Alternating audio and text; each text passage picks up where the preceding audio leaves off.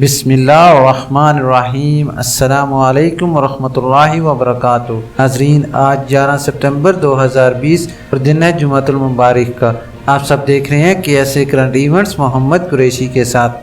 ناظرین، چلتے ہیں آج کی مین ہیڈ لائنز کی طرف۔ ہیڈ لائنز کے بعد خبریں تفصیل کے ساتھ۔ ناظرین، آج کی سب سے پہلی اور مین ہیڈ لائن ہے کہ سعودی عرب میں یوم الوطنی کے بعد بین الاقوامی پروازیں بحال ہو جائیں گی۔ دوسری مین خبر ہے کہ سعودی عرب میں پیٹرول 91 اور 95 کے نرخوں میں اضافہ۔ تیسری مین ہیڈ لائن ہے ناظرین کہ سعودی عرب میں غربت سے تنگ آ کر ایک سعودی شہری نے فٹ پاتھ پر ریسٹورنٹ کھول لیا۔ ہماری چوتھی اہم ہیڈ لائن ہے ناظرین کہ سعودی عرب میں دولت کے سبز باغ دکھانے والا خود مالدار بن بیٹھا۔ ہماری پانچویں اور آخری اور مین ہیڈ لائن ہے ناظرین کہ سعودی عرب میں 6 علاقوں میں بارش، طائف کی وادیوں میں سیلاب۔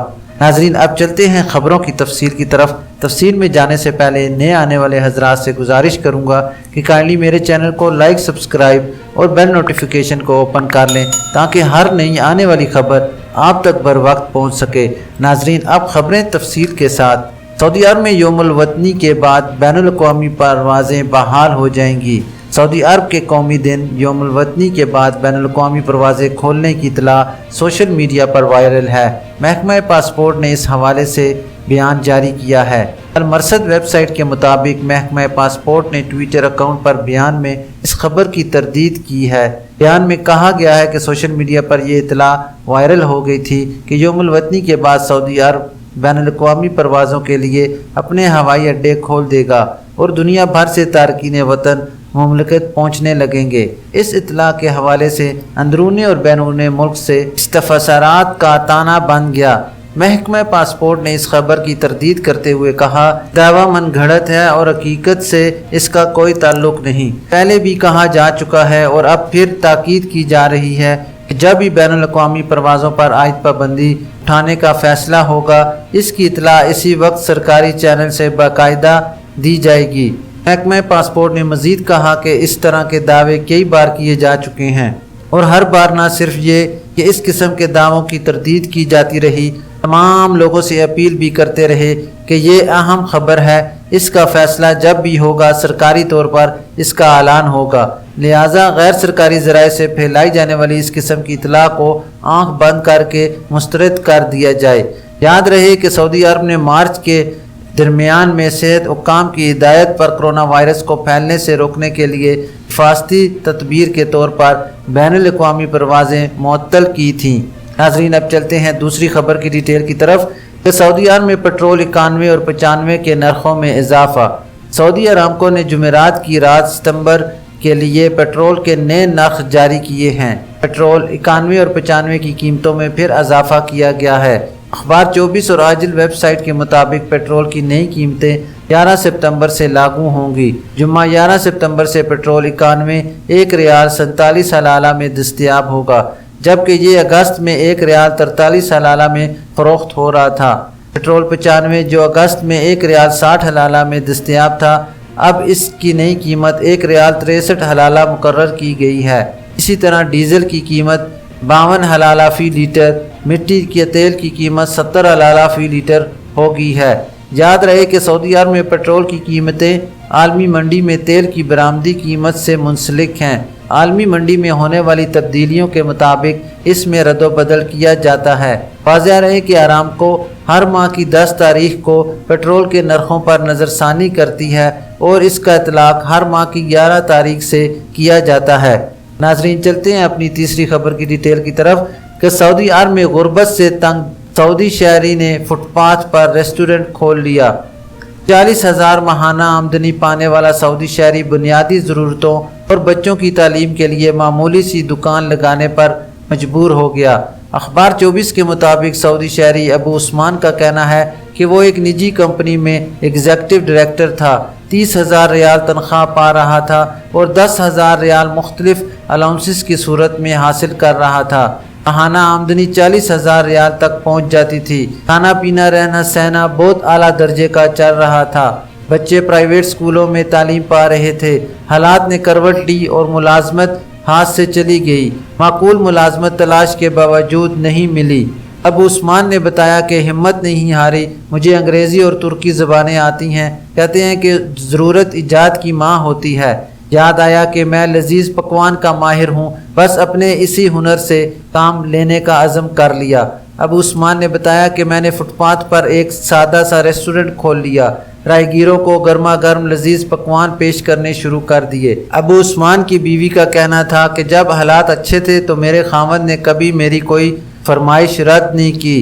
تنگ دستی میں خاوند کا تعاون وفاداری کے جذبے سے کر رہی ہوں۔ خاوند کی پرآسائش زندگی بھی دیکھی اور آج کل نداری میں اس کی دشواری دیکھتی ہوں تو آنکھیں نم ہو جاتی ہیں۔ ام عثمان نے بتایا کہ اہل جدہ ہمارے ریسٹورنٹ میں اچھی خاصی تعداد میں پہنچ رہی ہیں اور کام اچھا چل رہا ہے۔ سنیپ چیٹ کی معروف شخصیت عبدالرحمن المطیری نے ابو عثمان کی کہانی سوشل میڈیا پر شیئر کی، جس کے بعد کئی ہمدرد افراد باعزم ابو عثمان اور اس کی فیملی کی مدد کے لیے سامنے آئے ہیں۔ متعدد شہری اب تک اس حوالے سے مالی مدد کی پیشکش کر چکے ہیں۔ ناظرین، چلتے ہیں اپنی چوتھی خبر کی ڈیٹیل کی طرف۔ سعودی عرب میں دولت کے سبز باغ دکھانے والا خود مالدار بن بیٹھا۔ مقامی شہریوں کو راتوں رات مالدار بننے کے سبز باغ دکھانے والا وہ سعودی نوجوان جو دیکھتے ہی دیکھتے 350 ملین ریال اور 20 لگژری کاروں کا مالک بن گیا تھا، قانون کے شکنجے میں پھنس گیا۔ عکاظ اخبار کے مطابق سعودی نوجوان ایک گروہ کی مدد سے چند ماہ کے اندر غیر معمولی دولت مند بن گیا تھا۔ اس کے ساتھ ایک شامی اور 3 سعودی شریک تھے۔ نوجوان نے 10 لاکھ ریال کرائے سے عالیشان دفتر کھول لیا تھا۔ سادہ لو شہریوں سے e business, international shares market اور بیرون مملکت کمپیوٹر پروگرام کے منصوبوں میں سرمایہ کاری کرائی گئی تھی۔ متاثرین کی شکایتوں پر نوجوان کو جیل بھیج دیا گیا تھا۔ جدہ فوجداری کی عدالت نے اسے منی لانڈرنگ اور دھوکہ دہی کا مجرم قرار دے دیا تھا۔ شاطر نوجوان نے اس فیصلے کے خلاف اپیل کورٹ سے رجوع کیا تو وہاں سے بھی سابقہ عدالتی فیصلے کی توثیق کر دی گئی۔ کورٹ نے اپیل یہ کہہ کر مسترد کر دی کہ اول تو اپیل قبل از وقت کی گئی ہے، دوم یہ کہ مجرم نوجوان کے خلاف مزید 4 عدالتوں میں مقدمات چل رہے ہیں، سوم یہ کہ وہ بہت خطرناک مجرم ہے۔ وارداتوں کی تفصیلات میں بتایا گیا کہ یہ نوجوان کورنش جدہ کے ایک ٹاور میں 10 لاکھ ریال کرائے کا شاندار دفتر کھولے ہوئے تھا۔ اس کے پاس 20 سے زیادہ لگژری گاڑیاں ہیں جن کی مجموعی قیمت 40 ملین ریال سے زیادہ کی ہے۔ اس کے پینل پر ممتاز وکیل، ایڈورٹائزر، اکاؤنٹنٹ اور دفتری امور کے ماہرین ہیں۔ انہیں وہ تخلیاتی تنخواہیں دے رہا ہے۔ نوجوان کا ڈرائیور اس کا دایاں ہاتھ بنا ہوا تھا۔ وہ یومیہ 15,000 اور ماہانہ 4.5 لاکھ ریال لے کر سادہ لو عوام سے فرضی منصوبوں میں سرمایہ کاری کر رہا تھا۔ ناظرین، چلتے ہیں اپنی 5ویں اور آخری خبر کی ڈیٹیل کی طرف کہ سعودی عرب میں 6 علاقوں میں بارش، طائف کی وادیوں میں سیلاب۔ سعودی عرب کے 6 علاقوں میں جمعرات کو بارش ہوئی ہے۔ طائف کے کئی محلے زیرآب آ گئے اور اس کے متعدد وادیوں میں بھی سیلاب آ گیا۔ سعودی خبر رساں ادارے SPA کے مطابق طائف میں بعض مقامات پر بوندا باندی، دیگر پر درمیانے درجے کی بارش ہوئی ہے، جبکہ الشفا اور شہر کے وسطی علاقوں میں گرج چمک کے ساتھ بارش کا سلسلہ جاری ہے۔